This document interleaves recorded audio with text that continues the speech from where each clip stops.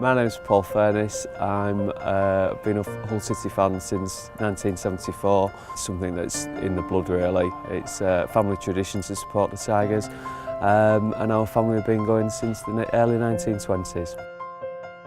The club are marking with Strata Homes the end of an era really.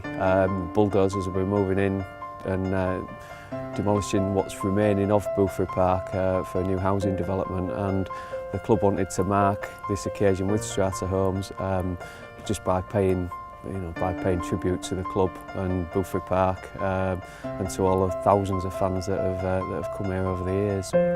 It's been quite an emotional event, as you can imagine. It's part of our childhood, it's part of our heritage, and I'm sure there's some Tigers up above that are looking down on us and with fond memories of Boothferry Park.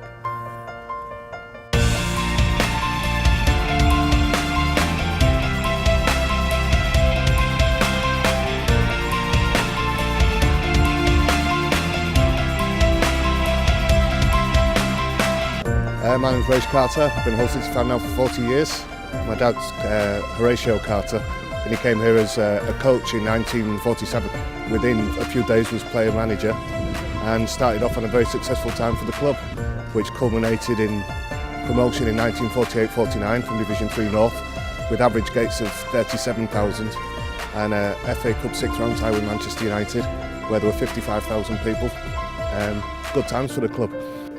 My mum started working here in 1946 just after the war, and she worked in many different departments in the ground, and then when my dad came as coach and then player manager, they got together and they were married shortly afterwards. So it's down to Boothferry Park and the two coming together that I'm here today, because if Hull City had been playing in a shed, I doubt my dad would have come here in the first place. One of the main things that sticks in my mind is when I was at Millwall actually, and they came here top of the third division. Hull City were number one, we were second in division then. But a lot of the supporters that came here today was reminding us of the crowd that day. There was 42,000 there, and that was the third division match, you know. But it just showed you the intensity of the support in this area when there's something big comes along.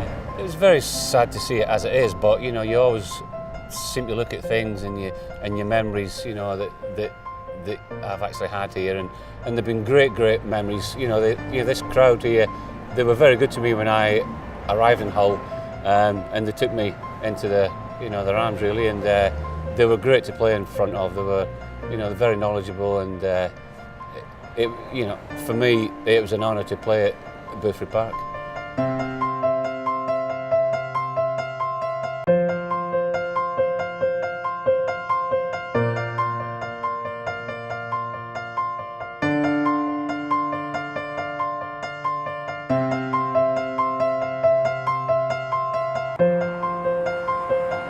To be the last person out of the ground is something that no one else can repeat, obviously. A great honour, and it's a shame they won't open again for the supporters, but yeah, I feel very honoured to have been chosen. Yeah, this is the entrance to the South Stand, and originally there was no covered stand at this end when I started going in 1965-66. It was almost just a grass bank. Then they built a proper stand with seating above the terracing, and at the far side there was a railway halt, so it was the only ground that actually had its own train station, Boothferry Halt. And sometimes when I was a kid I used to go into the city centre to the train station just to catch a train to the ground, because that was quite an experience as well, because you couldn't do it at any other ground.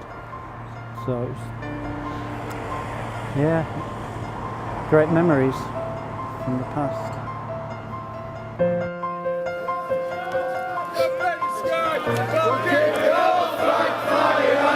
From Boothferry to Wembley, we'll keep the old flag flying high up in the sky. We'll keep the old flag flying high. From Boothferry to Wembley, we'll keep the old flag flying high.